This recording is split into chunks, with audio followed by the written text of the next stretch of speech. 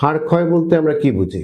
সুধী মণ্ডলী, আমরা জানতে চাই ইউটিউব চ্যানেলের পক্ষ থেকে সকলকে জানাই আন্তরিক শুভেচ্ছা, অভিনন্দন। হয় সেটা নরম হবে অথবা শক্ত হবে অথবা ফুলে যাবে, এই ধরনের কন্ডিশনকেই হাড়ের ক্ষয় বলি।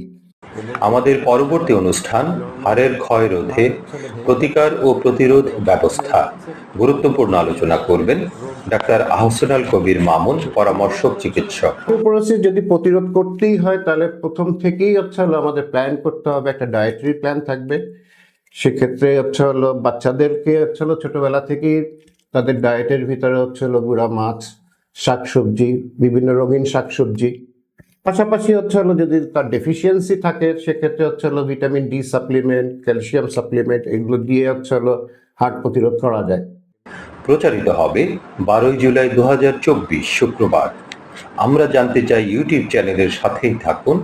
ধন্যবাদ।